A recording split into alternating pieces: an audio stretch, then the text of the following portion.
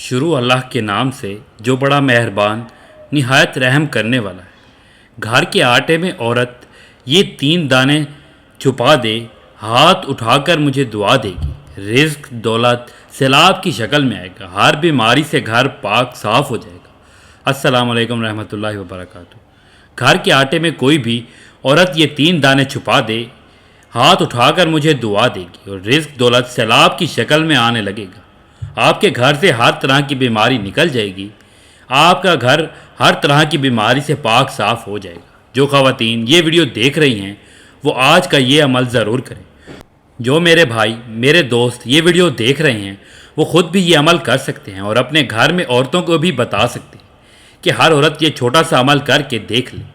نہ تو آپ کا کوئی اتنا وقت لگے گا، نہ آپ کا کوئی پیسہ لگے گا۔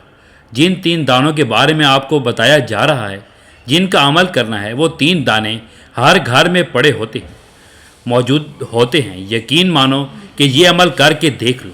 جو میرے بھائی بہن کہتے ہیں کہ ہم بہت پریشان ہیں، ہمارے گھر سے غربت ختم نہیں ہو رہی، ہمارے گھر میں برکت نہیں آ رہی، ہمارے گھر سے بیماری ختم نہیں ہو رہی، ان کو آج یہ عمل ہر حال میں کر لینا چاہیے۔ اللہ تعالیٰ کی ذات پر پورا یقین رکھنا ہے کہ دینا اسی نے ہے، بس یہ بات اپنے ذہن میں رکھنی ہے۔ ایسا نہیں کرنا کہ یہ عمل کرنے کے بعد آپ کا دھیان اسی کی طرف بٹا رہے، اس بات کو ذہن سے نکال دینا ہے۔ 3 دانے گھر میں آٹا پڑا ہوتا ہے، اس میں رکھ کر یہ عمل آپ نے کرنا ہے اور اللہ رب العزت کی ذات پر یقین رکھنا ہے کہ وہی میرے بگڑے ہوئے کاموں کو درست کر دے گا، وہی میرے رزق اور دولت میں اضافہ عطا فرما دے گا، وہی میری پریشانی کو دور فرما دے گا۔ ناظرین، آٹا ایک ایسی اللہ پاک کی نعمت ہے کہ جس کے بغیر زندگی گزارنا بڑا مشکل ہے۔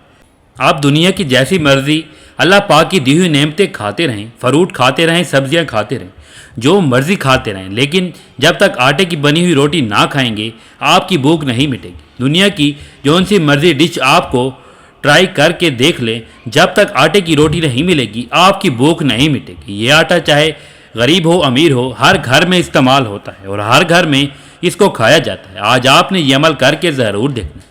یقین مانے کہ جو خواتین یہ عمل کریں گی وہ ہاتھ اٹھا کر مجھے دعائیں دیں گی کہ میں نے اتنا خاص، اتنا پیارا اور اتنا مجرب عمل ان کو بتا دیا ہے۔ محترم ناظرین، اللہ تعالیٰ نے ہمیں زندگی میں لاتعداد نعمتوں سے نواز رکھا ہے۔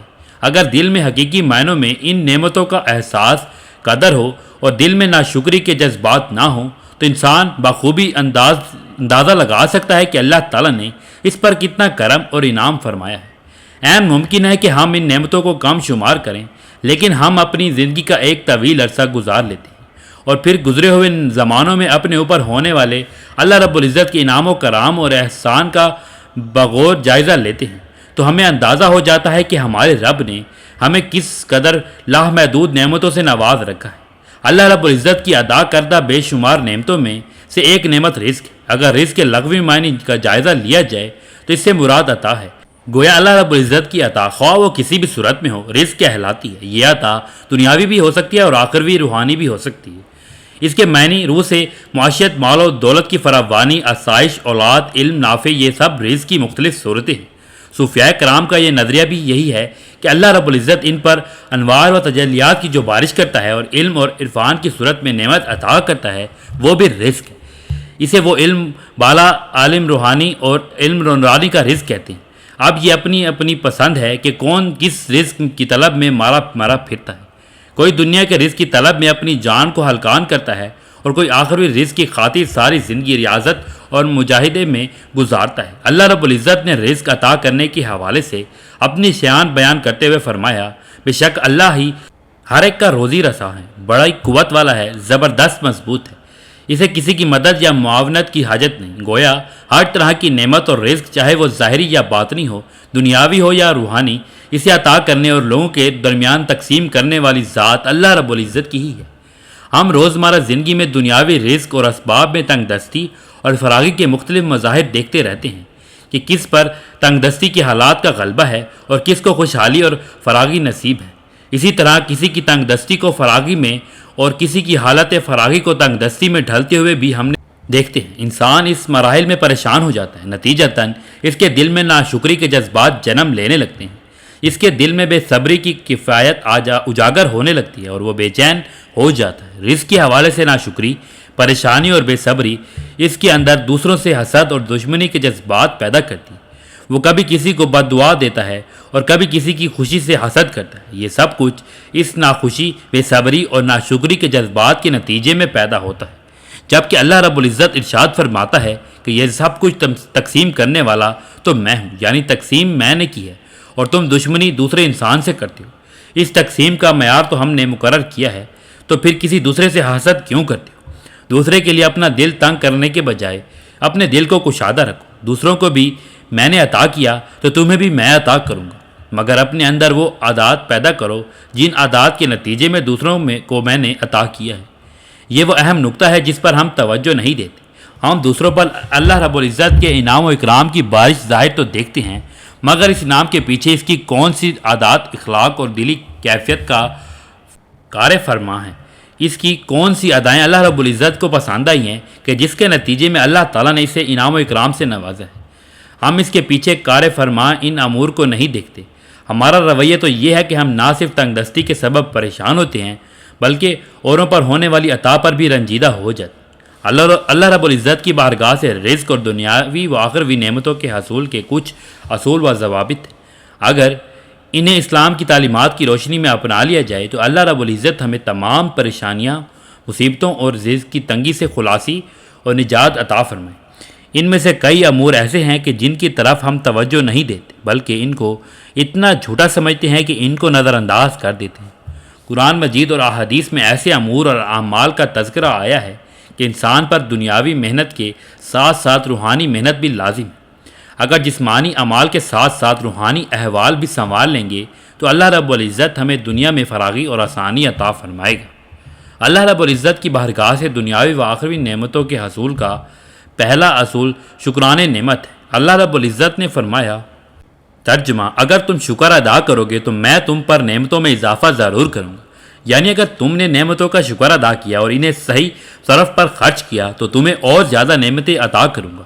اللہ رب العزت نے ایک قانون عطا کیا کہ دوسروں پر نعمتوں کی بہار دیکھ کر زیادہ پریشان نہ ہوا کریں اور ان کو دیکھ کر دل تنگ نہ کیا کریں، بلکہ نعمتوں کے پیچھے چھپے اس راز پر غور کریں اور میری رضا اور خوش نبودی حاصل کرنے کی کوشش کریں تاکہ میں تم پر بھی انعام و اکرام کی بارش کروں۔ حصول رزق کے لیے انسان کا قناعت کرنا اور قلب کا اطمینان رکھنا بھی حد درجہ ضروری ہے۔ حدیث مبارکہ میں ہے کہ جب بچہ اپنی ماں کے پیٹ میں ہوتا ہے تو اللہ تعالیٰ اسے بچے کے حوالے سے ایک فرشتے کو 4 باتیں، اس کا حمل، اس کا رزق اور اس کی مدت زندگی اور اس کے نیک اور بد اعمال لکھنے کا حکم دیتا ہے۔ توجہ طلب بات یہ ہے کہ ان 4 امور میں ان کا رزق بھی شامل ہے۔ اللہ رب العزت نے کیا کچھ، کتنا، کب اور کیسے دینا ہے، یہ سب کچھ جب وہ ذات لکھ دیتی ہے تو پھر دنیا میں جھگڑنے کی کوئی وجہ نہیں رہتی۔ فلاں شخص نے میرا نقصان کیا، فلاں شخص نے میرے لیے سازش کی، فلاں شخص نے میرے مال کو نقصان پہنچایا۔ جو کچھ بچنا ہے وہ بھی نصیب سے بچنا ہے اور جو کچھ ضائع ہونا ہے وہ بھی نصیب سے ضائع ہوتا ہے۔ لہٰذا اس پر اللہ رب العزت کے حضور اپنے دل میں اطمینان رکھا کریں، لیکن تدبیر لازم ہے کیونکہ وہ حکم شرعی ہے، لیکن تدبیر کے نتیجے میں پھر جو کچھ بھی رونما ہو اس پر اپنے دل کو راضی کرنا ہے۔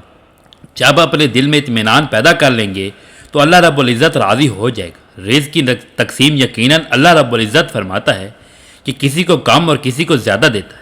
اگر کسی کو اللہ رب العزت زیادہ دے دے اور اس کے دل میں خیال آئے کہ شاید مجھ پر اللہ کا کرم زیادہ ہے تو اس حوالے سے یہ ذہن میں رہے کہ اللہ رب العزت کبھی کسی کو دے کر آزماتا ہے اور کبھی کسی کو نہ دے کر آزماتا ہے۔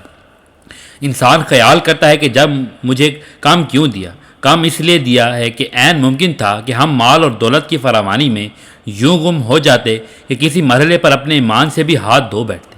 ہم اس مال اور دولت کی فراوانی کو سنبھال ہی نہ پاتے اور لوگوں کے ساتھ زیادتی اور ظلم کا ارتکاب کر بیٹھتے، نہ جانے کیا کیا کر بیٹھتے اور بالآخر اللہ رب العزت کے عذاب کا شکار ہو جاتے۔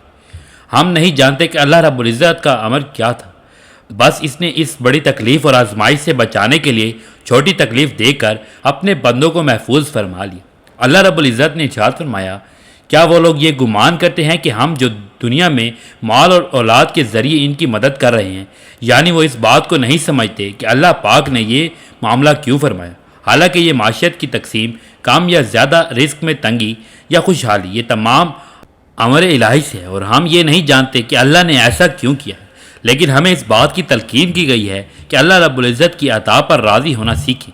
جب بندہ اللہ تعالیٰ کی رضا پر راضی ہو جاتا ہے تو وہ ذات بندے کو ان تکالیف اور ان پریشانیوں سے نجات عطا فرماتی ہے۔ رزق میں اضافہ اور فراوانی کا تیسرا اصول اور ذریعہ دعا ہے۔ قرآن مجید کی آیات اور احادیث مبارکہ میں صراحت موجود ہے کہ انسان کو ملنے والی ساری عطائیں، خوشحالی، تنگ دستی، آزمائش، فراوانی، سب کچھ اللہ رب العزت نے لکھا ہوا ہے۔ جب سب کچھ اسی کا عطا کرتا ہے تو پھر ہر پریشانی کا علاج دنیا میں جھگڑنے میں نہیں ہے اور نہ کسی کے دل کو تنگ کرنے میں، نہ کسی کی غیبت کرنے میں ہے اور نہ کسی کے بارے میں بری بات کہنے میں، بلکہ ہر مسئلے کا حل اس کے حضور سجدہ ریز ہو کر دعا کرنے اور اسے مالک حقیقی سے مانگنے میں ہے کہ مولا مجھے بھی عطا فرما، میری تکلیفوں کو بھی دور فرما اور میری آزمائش کو بھی حل فرما۔ حضور نبی اکرم صلی اللہ علیہ وآلہ وسلم کا اسوہ مبارکہ ہر مسلمان کے لیے اسوہ کاملہ کی حیثیت رکھتا ہے اور ہر شخص اس سے استفادہ کرتا ہے، جس کے نتیجے میں دنیا اور آخرت کی کامیابی حاصل کرتا ہے۔ سیدنا انس رضی اللہ تعالیٰ عنہ روایت کرتے ہیں کہ حضور نبی اکرم صلی اللہ علیہ وآلہ وسلم اپنی حیات مبارکہ میں یہ دعا کثرت سے فرمایا کرتے تھے: ربنا آتنا فی الدنیا حسنۃ وفی الآخرۃ حسنۃ وقنا عذاب النار، یعنی اے ہمارے پروردگار، ہمیں دنیا میں بھی بھلائی عطا فرما اور آخرت میں بھی بھلائی سے نواز اور ہمیں دوزخ کے عذاب سے محفوظ رکھ۔ یعنی آقا صلی اللہ علیہ وآلہ وسلم نے اپنے اسوہ مبارکہ سے اپنی امت کو یہ تعلیم فرمائی کہ اللہ سے دنیا اور آخرت دونوں کی بھلائی مانگتے رہا کرو۔ یہ ایک جامع دعا ہے کہ دنیا میں رہتے ہوئے دنیا کی بھلائی کی بھی دعا مانگو اور یہاں سے آخرت میں جانا ہے تو آخرت کی بھلائی بھی مانگو، اور عین ممکن ہے کہ اعمال کے نتیجے میں عذاب کے حقدار ٹھہریں تو اس عذاب سے معافی بھی مانگتے رہا کرو۔ یہ دعا تینوں پہلوؤں کو مکمل کرتی ہے۔ یہی وجہ ہے کہ آقا علیہ الصلوۃ والسلام دعا کثرت سے مانگا کرتے تھے۔ اس سے ہمیں یہ سبق ملتا ہے کہ کس طریقے سے اللہ کے حضور ہمیں اپنی پریشانیوں کے ازالے کی دعا مانگنی چاہیے۔ زندگی میں کبھی اللہ رب العزت سے مانگنا نہ بھولیں، ہمیشہ اللہ رب العزت کی بارگاہ میں ہاتھ دعا کے لیے دراز رکھیں، دل کی خالص نیت کے ساتھ، سچے دل کے ساتھ اللہ پاک کی بارگاہ سے مانگتے رہیں، ہر طرح کا رزق مانگتے رہیں اور مانگنے میں کبھی کسی قسم کی کمی نہ چھوڑیں۔ لیکن اس کے ساتھ ہم دعا میں سچے تب ہوں گے جب اس رزق یا نعمت کے حصول کے لیے عمل بھی ساتھ کرتے چلے جائیں، محنت بھی جاری رکھیں اور دعا بھی مانگتے رہیں۔